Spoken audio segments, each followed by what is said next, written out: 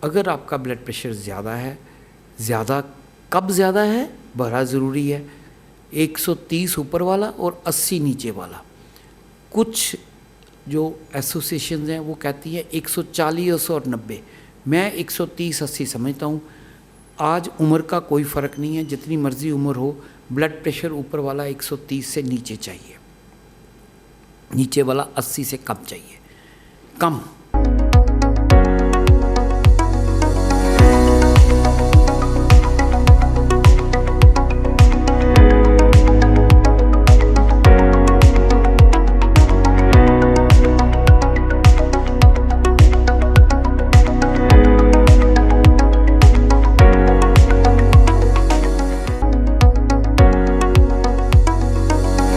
नमस्कार, सत श्री अकाल, गुड इवनिंग।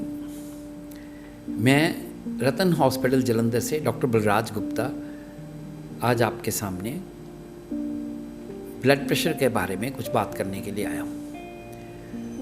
दोस्तों, ब्लड प्रेशर की बीमारी बहुत ही आम है। हम सब ने अपने आसपास, अपने परिवार में, अपने दोस्तों में, समाज में, अपने साथ काम करने वाले किसी न किसी व्यक्ति को हाई ब्लड प्रेशर का मरीज़ देखा हुआ है। 50 की उम्र के बाद जो ब्लड प्रेशर की बीमारी है ये वैसे ही बहुत कॉमन है। हर तीसरा, चौथा, पांचवा व्यक्ति इससे ग्रस्त है।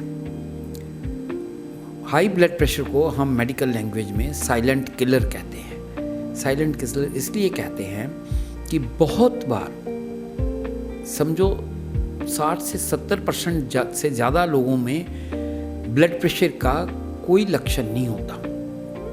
बहुत बार हमारे पास मरीज़ किसी और चीज़ के लिए आता है, चेकअप के लिए। चेक करते हैं तो ब्लड प्रेशर हाई निकलता है, तो पेशेंट तो कहता है मेरे को कोई तकलीफ़ नहीं है। और एक विडंबना ये भी है कि अगर पेशेंट को कोई तकलीफ़ नहीं है तो आम तौर पर ये मरीज़ जो है वो ब्लड प्रेशर का इलाज नहीं लेगा। उसको ज़रूरत ही नहीं, उसको तकलीफ़ ही नहीं है, क्यों लेगा वो इलाज। इसीलिए इसको साइलेंट किलर कहते हैं, क्योंकि ये high blood pressure can kill. कैसे, ये मैं कारणों पे बाद में जाऊंगा। करता क्या है हाई ब्लड प्रेशर? ये दिमाग, आँखें, दिल और गुर्दे, इनके ऊपर असर करता है। दिमाग पे असर करके हाई ब्लड प्रेशर जो है नसों में मैल जम सकती है, अधरंग हो सकता है। बहुत ज़्यादा ब्लड प्रेशर हो जाए तो ब्रेन में कोई ना कोई नस जो है वो लीक हो सकती है। इसको हम ब्रेन हेमरेज कहते हैं। And a person can die instantly.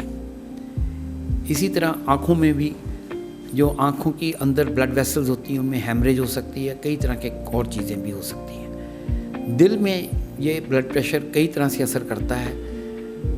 High blood pressure से जो हार्ट की जो वॉल है, जो मसल है, वो बढ़ने शुरू हो जाते हैं। हाइपरट्रोफी हो जाती है, डिमांड ऑक्सीजन की बढ़ जाती है, एंजाइना हो सकता है, हार्ट अटैक हो सकता है। इसके अलावा हाई ब्लड प्रेशर जो है वो हार्ट फेलियर करता है। दोस्तों, मैं आपसे ये शेयर करना चाहता हूँ कि हार्ट फेल होना, हार्ट कार्डियक अरेस्ट डिफरेंट है, हार्ट का बंद होना डिफरेंट है। हार्ट फेल का मतलब है हार्ट का काम है ब्लड को पंप करना। जब हार्ट ब्लड पंप नहीं कर पाता, it fails to pump enough blood, हम कहते हैं हार्ट फेलियर या पंप फेलियर होता है। इसके अलावा सबसे बड़ा दुष्प्रभाव हाई ब्लड प्रेशर का जो है वो गुर्दों पे होता है। गुर्दे जो हैं, अगर ब्लड प्रेशर कंट्रोल ना रहे तो गुर्दे डैमेज हो सकते हैं। गुर्दे डैमेज हो सकते हैं। और यहाँ ये भी बात इम्पॉर्टेंट है कि अगर गुर्दे के ऊपर ऑलरेडी कोई बीमारी हो गई, गुर्दे में जैसे पथरी हो गई, समझ लो, इन्फेक्शन हो गई, पाइलोनेफ्राइटिस हो गया, तो ग्लोमेरुलोनेफ्राइटिस हो गया, तो उसमें भी ब्लड प्रेशर बढ़ सकता है। मतलब ब्लड प्रेशर बढ़ने का कारण भी गुर्दे हो सकते हैं और ब्लड प्रेशर बढ़ने से भी गुर्दे की डिजीज़ हो सकती है। दोस्तों, बहुत नामुराद बीमारी है। इससे मैं उपाय आपको इसके इलाज का बताऊंगा, कारण में नहीं जाऊंगा।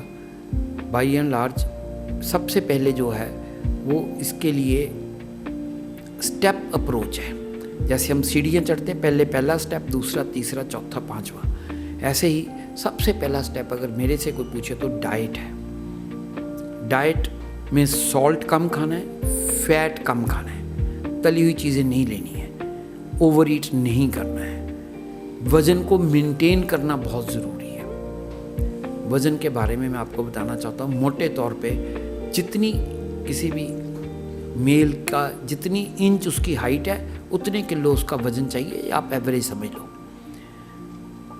वज़न के बाद मैं ये चाहता हूँ कि नियमित एक्सरसाइज, लाइफस्टाइल बड़ा इम्पॉर्टेंट है। रेगुलर आपको, जैसे हम कहते हैं 10,000 से ऊपर स्टेप्स रोज़ एक चलने चाहिए। आजकल तो बहुत डिवाइसेस आ गई हैं, काउंट भी कर सकते हो, ना भी करो तो आप समझ लो से आधा से पौना घंटा हमने चलना है। चलना ज़रूरी सैर करना नहीं है, कर सको तो बहुत अच्छी बात है।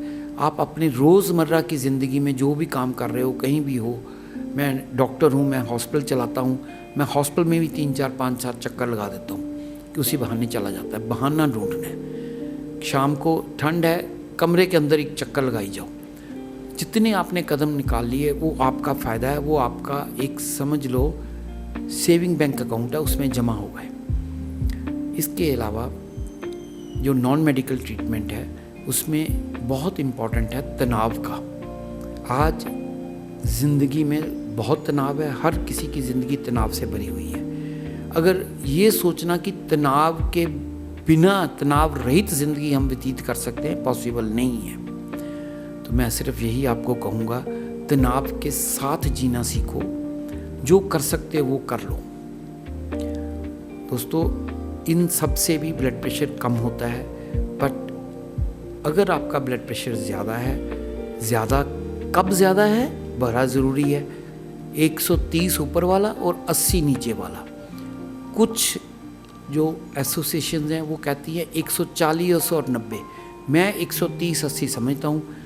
आज उम्र का कोई फ़र्क नहीं है, जितनी मर्ज़ी उम्र हो, ब्लड प्रेशर ऊपर वाला 130 से नीचे चाहिए, नीचे वाला 80 से कम चाहिए, कम। दोस्तों, अब ये बात आ गई दवाइयाँ। बहुत तरह की मेडिसिन्स हैं, अलग अलग क्लासेस ऑफ मेडिसिन्स हैं। हर क्लास में, जैसे मैं वैसे बात कर रहा हूँ, बीटा ब्लॉकर्स हैं, डायूरेटिक्स हैं, कैल्शियम चैनल ब्लॉकर्स हैं, अल्फ़ा ब्लॉकर्स हैं, फिर उसके बाद एस इनहिबिटर्स हैं, ARBs हैं, फिर उसके बाद और भी बहुत तरह की मेडिसिन्स हैं जो आज हम सेंट्रली एक्टिंग ड्रग्स हैं। दोस्तों, हर एक क्लास में आगे 4-4, 5-5 दवाइयाँ हैं। एक बात मेरी आज ध्यान रखना कि हमने अपनी दवाई को किसी की दवाई के साथ कंपेयर नहीं करना है। डॉक्टर की सलाह के बगैर दवा नहीं खानी है। दवा की डोज भी हर किसी की डिमांड अलग अलग है। किसी की 1 गोली से बीपी ठीक होता है, किसी की 2, किसी का 3, 4, 5। मकसद ये है कि जब भी ब्लड प्रेशर हम नापें वो ठीक हो। इसके अलावा मैं आपको ये बताना चाहता हूँ कि 24 आवर्स ब्लड प्रेशर का कंट्रोल बहुत ज़रूरी है। आज एम्बुलेटरी ब्लड प्रेशर की बात भी हम करते हैं। 2 शब्द इसके बारे में। जब हम डॉक्टर के क्लिनिक में जाते हैं, बड़े लोगों का बीपी बढ़ जाता है, जिसको वाइट कोट हाइपरटेंशन भी बोलते हैं, क्लिनिक हाइपरटेंशन। डॉक्टर के पास जाने बीपी बढ़ ही जाना है। सो दोस्तों, इसीलिए आज इम्पोर्टेंस है होम बीपी मेजरमेंट की भी। हर बीपी के मरीज़ को घर में बीपी टेस्ट रखना चाहिए। घर में कोई और सदस्य, कोई मुश्किल काम नहीं है। आप एंड्रॉयड जो है स्टेथोस्कोप वाला वो रखो, चाहे ऑटोमेटिक रखो, पर बीपी टेस्ट घर में होना ज़रूरी है। दवा को नियमित ढंग से खाना है। एक बात और मैं बताना चाहता हूँ, ब्लड प्रेशर नेचुरल एक सर्ज आती है सुबह 5 से लेकर 8 बजे तक। ये जो सर्ज आती है, आपने देखा होगा कि कई बार बहुत लोगों को अटैक सुबह होता है, हार्ट अटैक भी और अधरंग का अटैक भी। सो इसलिए दवाई का खाना सेवन मैं जो सजेस्ट करता हूँ, अगर आपको एक दवाई खानी है तो दोपहर को खा लो, शाम को खा लो। 2 खानी है तो सुबह शाम को खा लो एक, ताकि मॉर्निंग जो टाइम है वो कवर हो जाए।